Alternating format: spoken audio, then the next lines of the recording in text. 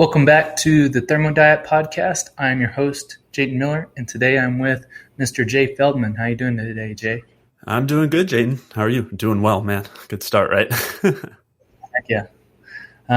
So can you kind of tell us your background story and how you got here? Yeah. So my story, starts with my own health journey, really, where I was always interested in health, basically trying to optimize my health. And so I was in a lot of sports and wanted to, I was at the gym all the time. And then, of course, nutrition came with that. And very much fell into this idea that we have to eat less and exercise more, that we have to kind of be fighting against these cravings and, eat only these foods that don't really taste too good and that are supposedly healthy for us. And that took me down this path of all sorts of different diets that didn't really work out too well. And I decided to go to school around this time to study medicine and become a doctor. And while I was studying, I found that not only were a lot of the diets that I was told were healthy not working out for me, but the current medical system that, is supposed to be working to really support everybody's health wasn't doing that either. And so I kind of decided to shift my approach. And as I was learning about different diets, different nutritional principles, different medical principles, and different views of the body, I kind of came across a view that focuses more on energy, also called the bioenergetic view. And that's kind of where I built my foundation off of, and then decided to, that this is really the best way to help support people, help people get their health back, recover from all sorts of chronic health conditions, or lose fat in a healthy way, put on muscle in a healthy way, all those things. So that kind of brought me to where I am now. Sweet. So can you kind of give the people who don't know the definition of the bioenergetic view of health? Can you kind of explain that for them a little bit? Yeah. So the way that I see it is that we're basically looking at health through the lens of our cellular energy systems, and that the availability of energy in the cell is really what dictates our health. And so that's what dictates our immune function, the function of our various organs, whether it's our brain or our liver health or whatever it is, that all of this comes down to the availability of energy, and that when we have more energy, that leads to better health and vice versa. So that's really kind of the broader framework that I use to look at then all sorts of different interventions. So whether it's different nutritional ideas or a supplement or medication, typically I find that when you look at it on the energetic level, it really allows you to determine the way that it actually affects our health. Awesome. And so one of the things that you kind of talk about is this perspective shift from fighting against your body to working with it. And one of the ways that I kind of see that is getting your body out of this sense of scarcity and allowing it to enter into a state of abundance. So can you kind of elaborate on that? Yeah. I think that's a great way to put it. This mindset that is really everywhere. I think the most common example is the idea of eating less and exercising more, or a low calorie diet, where the idea is that the foods that our body naturally wants to eat, or the things that our bodies naturally want to do, actually hurt our health. So if something tastes good, it must be bad for us. And so along with that are these ideas that we have these genes that lead to all sorts of diseases, and that the only way that we get to be healthy is by fighting against these things. We have to fight against our cravings. We have to fight against these genes that have programmed us to be unhealthy. And then if we fight against all those things, then that's how we reach this point of health. But what I found is not only is that not the case, but that's the exact opposite of what we want to be doing. And that when we actually learn to work with our bodies and give our bodies what they need nutritionally, but also outside of nutrition, whether that's sunlight or movement, which again, movement and exercise is another area where I would say that the fighting against our bodies idea here is that you need to be in the gym for several hours a day, and that you just need to work off all of these bad foods that you're eating, as opposed to the working with your body idea of giving your body, or allowing it to move in a way that it's naturally meant to. And so that when we work with our bodies in these ways, that's what actually leads to health. That's kind of, again, one of these principles that was really such a mind shift for me, and I think completely changed the way that I lived my life, because it's instead of having to rely on willpower and force yourself to eat foods that don't taste great or just eat very little or whatever it is, it's the exact opposite, and it feels immensely better. I mean, there's really no comparison. I know that you've talked about that too. So, yeah, that's really where that shift has come from for me is the shift from fighting against your body to working with it. Okay. So, what are some of the fallacies that you came across whenever you were kind of discovering this, and truths that you at once thought were true and no longer see that way? Yeah. So the first one, which I know I've already mentioned a couple times, is just this idea of calories in, calories out, and that the goal is just either eat fewer calories or work them all off. So that way you can lose weight.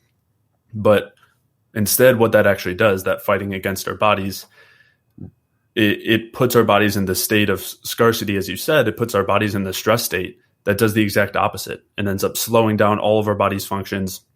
It slows down the energy production and the energy availability that I was talking about. It dampens our thyroid function. And while you may lose weight in the short term, in the long term, you end up with a much lower metabolism and often gaining all that weight back, if not more, which is that classic yo-yo dieting cycle that you see. So I would say that's probably the biggest one, but then the same thing was mirrored with carbohydrates. So I've been on all sorts of low carb diets, ketogenic, intermittent fasting type things, cyclical ketogenic diets. I never did carnivore because that hadn't really come around at the time that I was experimenting with all these things. But that's, again, the same idea that it's almost like we've mixed this religious ideology of like gluttony and this idea that if you give in to what your body naturally wants, that's like ethically wrong. And that's kind of a whole other topic. But again, same thing with carbohydrates, where obviously these things taste good and we have such cravings for them. So I did all sorts of various diets to avoid carbohydrates, and it definitely did not help my health. I had very little energy when I was doing that. I did not want to go to the gym. Libido was not there. My mental clarity was not there. And above all, I was hungry all the time, and I constantly had cravings for carbohydrates. I was obsessed with food. Every second of the day, I was looking forward to the next meal I would have, and I would be thinking about that as opposed to food just being kind of like a part of your life when you need it. So yeah, that was a big shift too. Like starting to eat more calories, starting to eat more carbohydrates. I mean, it's a night and day difference. Awesome. So, what are some of the things that people can begin to listen to whenever it comes to kind of listening to their body and seeing what it wants?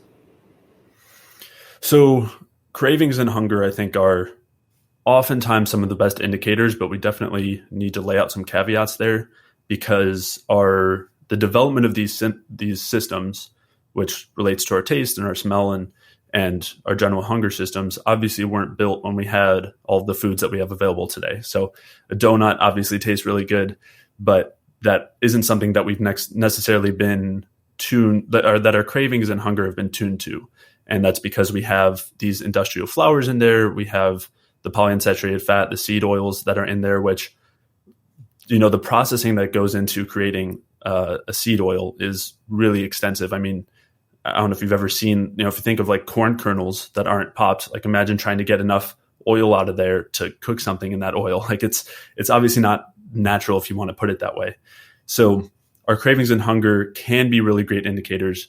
We just have to be careful when we're talking about foods that are so distorted from what they naturally would be. But as far as, if you want to call it, whole foods go, so fruits and meat and seafood and you could say vegetables too are another actually really good example here, where if you tune into your cravings and what you actually like to eat, you'll find that you might not be eating salads or you might not be eating raw vegetables. And I would say that that's probably steering you in the right direction.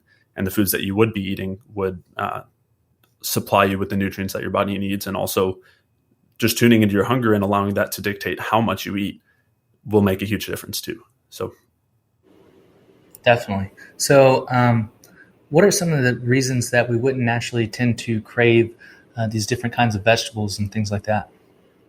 yeah, so vegetables are, for the most part, and we have to kind of define vegetables, but as far as like the leafy vegetables go and the seed type or pit type vegetables or like the stems, they're typically very fibrous. and they have a lot of anti-nutrients in them. And the reason for that is because they are parts of the plants that the plants don't want us to be eating. And so in order to protect the plant creates these defensive compounds and has them throughout the plant in all the places that they don't want you to eat them. So that's why in fruit you don't have these sorts of anti-nutrients, and that's why fruit's a really great option for food as far as food goes. But the anti-nutrients in these vegetables and how fibrous they are and their lack of available nutrition, so their lack of carbohydrates or fats or protein really, and then also their lack of available nutrients, all of those are inputs that our body's recognizing. And that's why we typically don't crave those foods unless we add something like salad dressing to it or butter or salt or something like that, that basically we're taking this food that our body doesn't really want and we're adding these things that it potentially does want. And so we really just only want those other things. And that can change when you cook vegetables or, you know, when you're talking about different types of vegetables. But as a principle, I think that's typically how it goes. Definitely. So whenever it comes to kind of picking the right foods and things like that, is there a certain kind of way to eat to kind of optimize the effect that they have on the body? When you say way to eat, do you mean like the actual eating of them, or? Mm-hmm. So like, you know, the ripened fruit is a big one. And then also, you know, the consistency of eating throughout the day versus like fasting and things like that. Again, if you tune into your hunger and cravings, a lot of times that can be enough to kind of dictate when we should be eating and how we should be eating. But there are definitely some principles that I think are really important to tune into. So when basically our body is always being fueled by the nutrients that we're taking in, typically it's either carbohydrates or fats. And we have these signals in place so that when we're running low on fuel, our hunger kicks in. And the main way that happens is through our blood sugar. So when basically, especially our brain uses a ton of glucose as a fuel, our muscles use it too if we're being active. But as our blood sugar drops, which it's constantly dropping throughout the day as we use that fuel, once it drops below certain thresholds, we start to release stress hormones. And so those stress hormones would be, for the most part, glucagon and epinephrine or adrenaline and cortisol. And so those different stress hormones have different mechanisms to bring our blood sugar back up.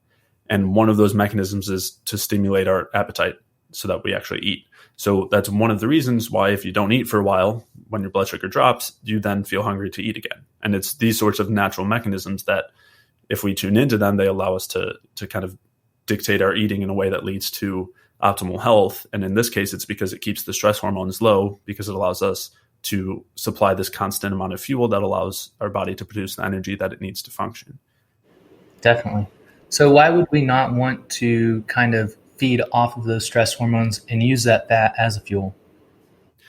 Yeah, so the stress hormones are basically this backup adaptive system. So ideally, we would have the supply of carbohydrates that's mainly transported through the blood, and that would supply the brain and our muscles and all of our organs that need them. And we have some fat going around as well, and that's normal. I mean, we're always going to be running, our body's always going to be using some amount of fat as a fuel in addition to carbohydrates, assuming that you're at least eating some carbohydrates. And so that's typically, that's a normal process. And then if we were to eat some amount of carbohydrates every couple hours, we would typically keep our blood sugar relatively steady, and that would keep the stress hormones low.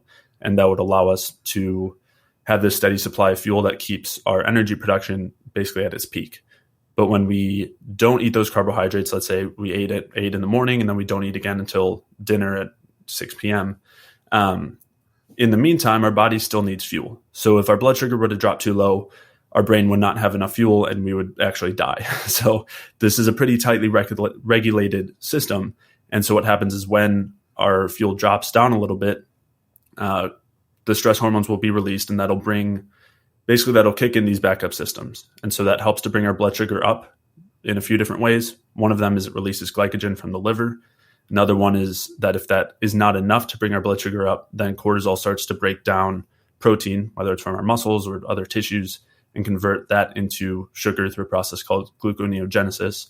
So that'll bring our blood sugar up. And then the other thing that'll happen is these stress hormones start to shift our body towards relying more on fat and less on carbohydrates. And so that also is another way that we spare carbohydrates. But all of these different effects have a cost. So just because we have these adaptive systems doesn't mean we want to be using them regularly. Of course, it's better that we have them than if we didn't, because then we would just die if our blood sugar dropped too low. But they do have a cost. So for one, the cost of running more on fats than carbohydrates is, and this is potentially a deeper topic, but fats essentially prevent us from producing as much energy as carbohydrates. And this has to do with how we produce energy in our mitochondria, where when we use fats, there are these different braking mechanisms that slow down the speed of respiration. And so a lot of times people will talk about the fact that fats have a higher amount of potential ATP per molecule or per gram compared to carbohydrates, which is true. And that's why fats are a really good storage compound or molecule or macronutrient. But that isn't as relevant to how our mitochondria actually respirate and how they produce energy, because it's really the speed of the breakdown of these fats or carbohydrates and the speed of the energy production that matters. So assuming that you have a substrate like carbohydrates that oxidizes faster and is more ideal for respiration, you could essentially use greater amounts of that substrate and produce more ATP than fats, even though per molecule you have more ATP or potential ATP in fats. So just kind of a caveat there. But yeah, so you have this cost of reducing carbohydrate utilization and increasing fat utilization. And so that reduces our energy availability. The other thing is that when we activate these stress systems, in the short term, we do drive energy production. So these glucagon, epinephrine, and cortisol, we know that these drive our energy systems in the short term. So that's why when we're exercising, we use these stress hormones in order to continue to exercise and continue to basically release substrate, release fuel so that we can burn it. But in the long term, they have the opposite effect. So in the long term, they have some direct effects where they actually block the processes that produce energy directly in the mitochondria, but they also have kind of indirect effects. So they end up slowing down thyroid hormone production and the conversion from T4 to T3. So T3 is the active thyroid hormone and T4 is the inactive. And so these stress hormones block that conversion. So you basically have less active thyroid hormone circulating in your body, which again means less energy availability. And then they also block our reproductive hormones. So that would be mostly testosterone for a man or progesterone for a woman. And these are, again, some of our main energy regulators. And all of this makes sense. The whole purpose of these stress hormones is to allow us to adapt to these situations of less energy availability. And so it makes sense that we want to be burning through our stores slower. We want to reduce our reproductive function. They also have depressive effects on the digestive system and on the immune system. So, which again makes sense. When we don't have a lot of energy, we want to conserve our fuel and basically dampen our function so that we don't run out of fuel and die. Our survival matters more. So again, kind of like that scarcity mindset you were talking about earlier, is that it puts our bodies in the stress state where they're just trying to survive, but they dampen all of our higher level functions. And so that also includes our brain function too, our cognitive function, which happens even just when your blood sugar drops. So when our blood sugar, just to kind of circle back a little bit, when our blood sugar drops, typically, it's a feeling that a lot of people know, but they might not just be aware of that, where they start to feel irritable. Some people will call it feeling hangry. When you're hungry and angry at the same time, which again is pretty common, you'll start to get those really big cravings for food. You typically can't think as clearly. You might get some brain fog. You might feel weak, fatigued. So those are feelings that we all get throughout the day. We all have those dips.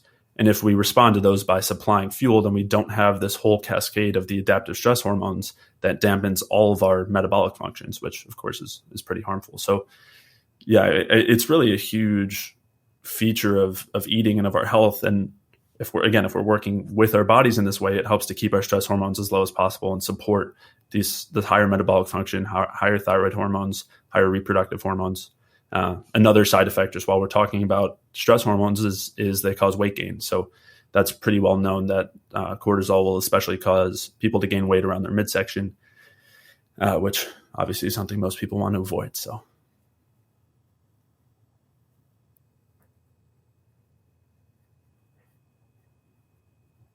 Mm-hmm.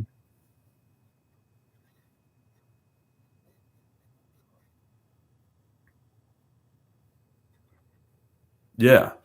Yeah. So autophagy itself is a necessary process, just like most in our body. And so we don't necessarily we don't necessarily not want autophagy. Like, it is helpful. It's a way of kind of recycling things. And there is evidence that in certain chronic conditions, this whole process of autophagy is damaged. It doesn't work properly. And so because of that, this idea came about, which it's a much broader idea, but at least within autophagy, this idea came out that, if in these chronic conditions, the system is dysregulated, what we really want to do is be increasing autophagy, which it's kind of like looking at a symptom rather than the root cause. And so we don't want to address that symptom, which in this case is autophagy. We want to figure out why it's dysregulated in the first place, this process. But what it's led to is this idea that we just want to be doing things that increase autophagy. And fasting is one of them. So is any sort of stress, really, whether that's fasting, caloric restriction, any sort of environmental stress. All of those things have been shown to drive this process of autophagy. And it's also been shown that along with this dysregulation is that in certain chronic conditions, autophagy is increased. So you could also say that this is just a symptom of this kind of dysregulation or dysfunction. And yeah, so again, it's not that autophagy itself is harmful. I mean, there are benefits to it, but when we start to reduce anything that we do to just one output, in this case, autophagy, we end up with some backwards advice, backwards recommendations, which is what I was talking about earlier. When you look at it on the energetic level, what's happening is that any of these stresses are reducing our energy availability. You have this whole cascade of stress, which is signaled through reactive oxygen species and all these different pathways in our cells.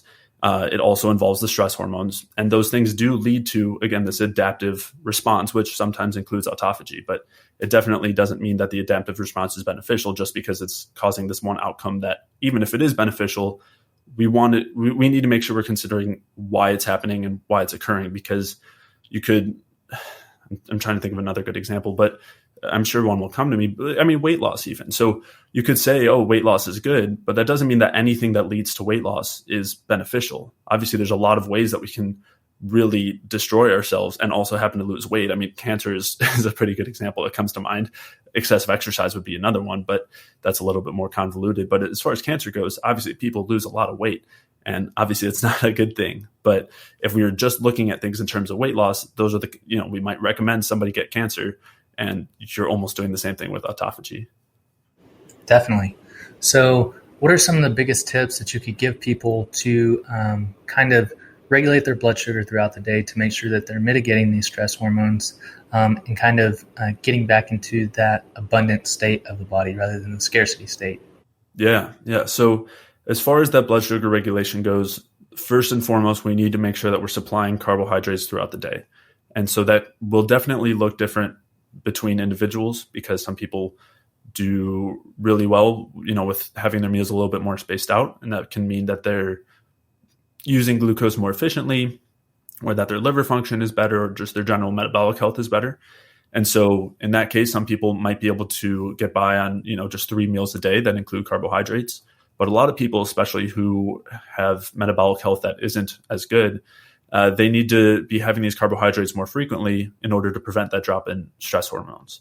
And so, one way you can measure this would be if you had a glucometer. But for most people, just using your symptoms and how you feel is a pretty good indicator of when you would want to make sure that you're having some carbohydrates. So if you start to feel irritable, if you start to feel that hunger, if you start to feel like you can't focus as well, rather than fighting against those things and saying, oh, I'm not supposed to eat right now, that's probably a good sign that you want to be getting some carbohydrates so you can supply that blood sugar and keep it more stable, and prevent the use of stress hormones to do that. Because if you just use stress hormones, it will be stable, but you're causing a lot of damage in the meantime.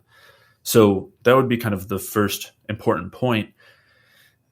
A couple other important points there are that protein and fat can also be important. So for somebody who, again, is in pretty good metabolic health, they might be fine just having plain carbohydrates on their own. But for a lot of other people, that can be too much at once, and it can lead to a spike in blood sugar, basically because the body isn't using it as efficiently or using it as well. So in that case, making sure that you always have fats with the carbohydrates and proteins with the carbohydrates will help to typically slow the digestion so that they're released a little bit slower, and will also help to allow you to last longer between meals without your blood sugar dropping. And so part of that's because of the digestion. The other part of that is because your body will use some of those fats as fuel, which is fine as long as we're sparing those carbohydrates for the places that need them the most, like our brain. Our brains can't use fat as a fuel, and that's because of fat's inefficiency as a fuel. So as long as we're supplying enough carbohydrates for those more important functions, having some fat as a secondary fuel can also help so that we're not essentially wasting the carbohydrates too quickly between meals. And that especially happens if you're not using the carbohydrates efficiently.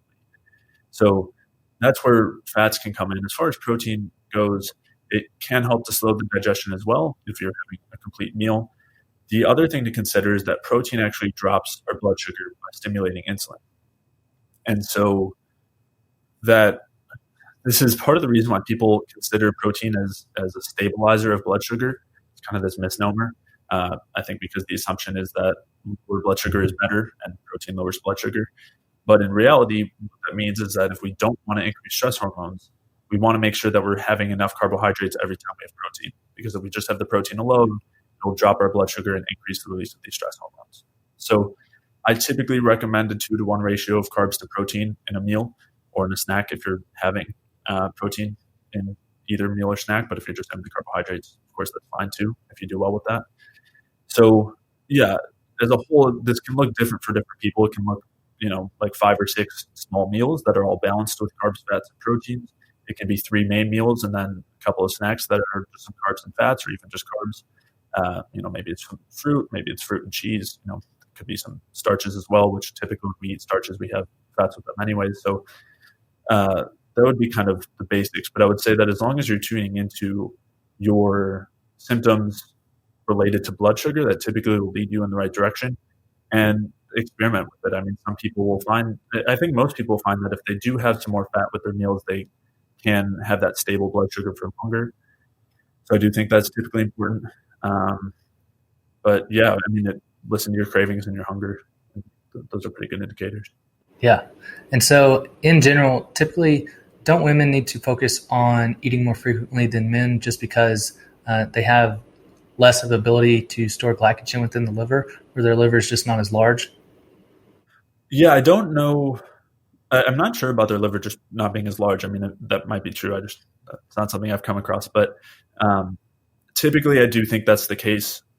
It seems like that's a way that women tend to present symptoms more, as they do seem to have more liver issues, more liver dysfunction. So yeah, in that case, a lot of times women might do better with more frequent eating. And I think that's also, they do seem to be more sensitive to fasting as well. I know in the fasting space, they do talk about being a little bit more careful with women because sometimes it can affect them, I think, reproductively and or just they don't respond as well to the fasting. And yeah, I think that's why. Okay. So what does a day in the life of eating with Jay Feldman look like? It's a good question. It does it does vary a decent amount day to day. And I do want to preface this by saying too that this looks very different for me than, all the people I work with and a lot of other people in this space too. I know everyone's got their own preferences and their own way of eating that works for them. And so I don't want anybody to use this as like, oh, this is exactly what I'm supposed to do. And again, I want to preface like same thing with the clients that I work with or that I coach. Their diets all look very different from each other and they look different from mine too. So just with that disclaimer out of the way, I normally start off my morning with a pretty big glass of orange juice, and that's before I eat anything. So I'll have that pretty much right when I wake up. When I first started eating this way, I was starving all the time. And so at that point, it was like I woke up and I needed to have it right away. Right now, I don't feel that way as much anymore. A lot of people go through it kind of refeeding where when they first sit, kind of let their guard down and they say, okay, like I'm allowed to eat carbs. I remember having as much as 800 grams of carbs a day at that point, well over 4,000 calories because I just couldn't get enough. So just again, I'm not at that point right now. So I'll start off with orange juice.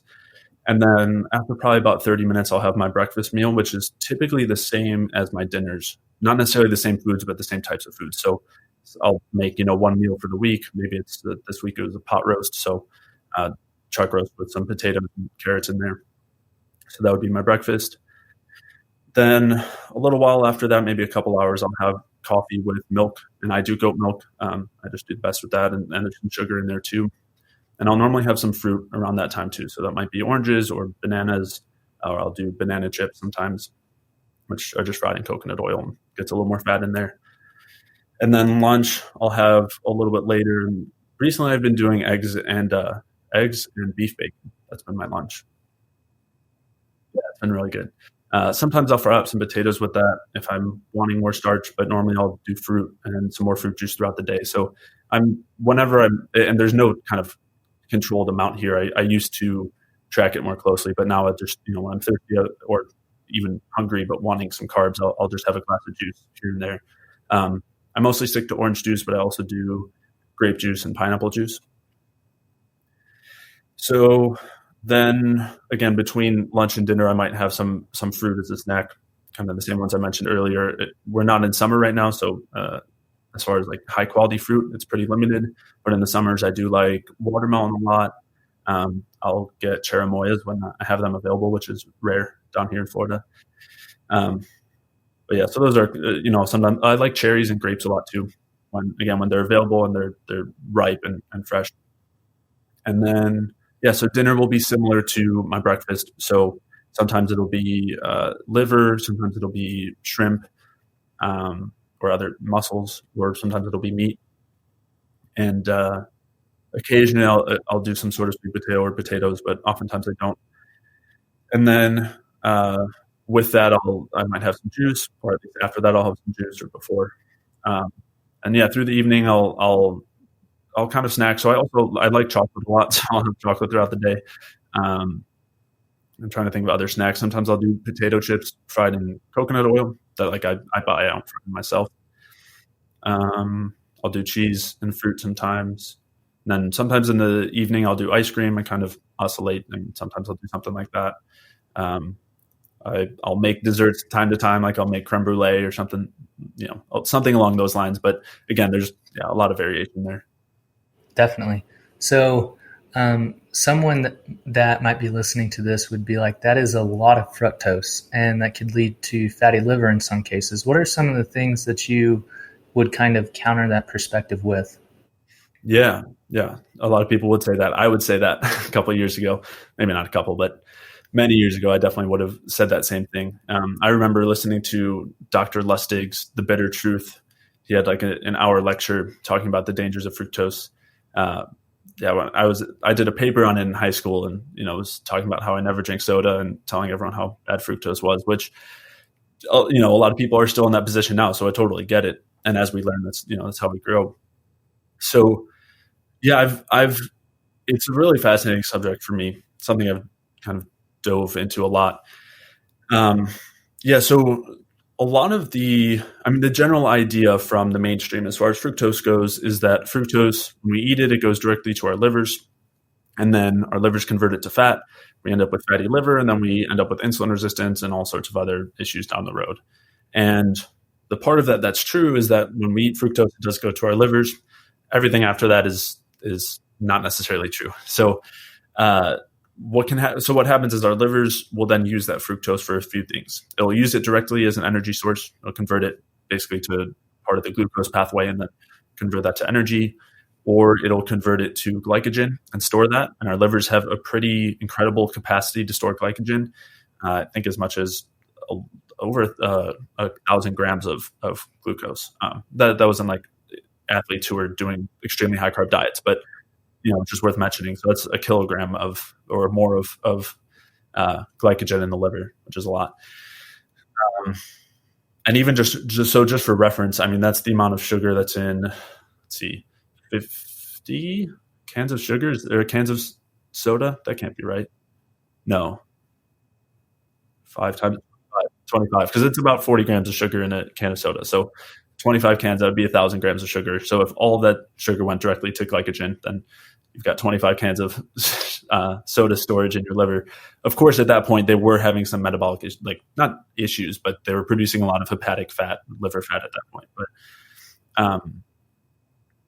So our livers will store a lot of it as glycogen. They'll use some of it as fuel, and then they'll convert some of it to lactate. and then send that throughout the body where our muscles can use that. So our liver does a pretty good job of repackaging this fructose as needed. And then if there's any left over, it will store that as fat. But the amount that we as humans store as fat is really tiny. At most, it's at about 5%, but that would still be only on the high end if you were having a ton of fructose and your liver wasn't using it very well, or your body wasn't using carbs very well. Typically, our livers are actually very, very ineffective at converting fructose to fat. And the issue and the reason why there's these misconceptions around fructose is a lot of the research is done in rats. And rats' livers function differently from ours. And because they don't have big brains that rely on glucose and they don't have livers that need to store that glucose for the brain, their livers don't work as well with fructose as ours do. And so they'll store much higher amounts of fructose as fat. And that's, again, where a lot of this research is coming from, showing that the rat livers are the fructose in rats is causing fatty liver. Another thing to consider too, though, is other nutrients. So polyunsaturated fats, for example, have been shown to contribute to the mishandling of fructose in the liver in rats. And so when rats don't consume polyunsaturated fats, or when the breakdown products of polyunsaturated fats are blocked, then even when rats have fructose, they still don't have the same inflammatory processes that they say that they do. So A, you're looking at rats. B, there's other nutrients involved, other foods involved. So if you're not eating a lot of polyunsaturated fats, your liver's going to be able to handle fructose even more. And then the last thing too is a lot of the research is looking at fructose on its own. So humans consuming fructose on their own, basically when we digest and absorb fructose, it's absorbed much better if we have glucose with it. And anywhere that you find fructose in nature, it has glucose with it, typically in about equal amounts. It can vary between different types of carbohydrates. But that's kind of how we're meant to absorb fructose. And so when we eat fructose on its own, we really don't absorb it very well. And so it's been shown that even pretty small amounts of fructose taken in on their own can be malabsorbed. And that means that instead of being absorbed into our system and eventually getting into the liver, the fructose continues down our digestive tract, and then it feeds potentially pathogenic bacteria, which then produce pathogenic toxins like endotoxin, which is LPS or lipopolysaccharide. And that then causes fatty liver and directly inhibits our metabolic function. It's a pretty damaging compound. So that's kind of the third part where the research is kind of off, or their interpretation of the research is off, is that consuming fructose alone is not relevant to how we eat fructose, and consuming fructose alone will lead to all these issues because we don't absorb it very well, and that leads to this toxin production. But if you're eating fructose with glucose, then you don't have to worry about that. Definitely. Have you looked into anything regarding choline deficiency as well?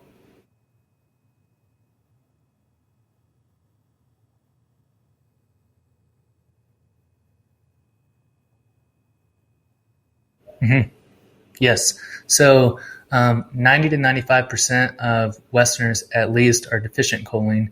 And so that usually leads to the buildup of fat in the liver because it can't export it properly without the choline.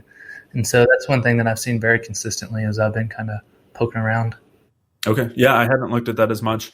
I mean, another component there too, as far as fats go, I know I mentioned polyunsaturated fats earlier, but saturated fats are also shown to be very protective against fatty liver disease.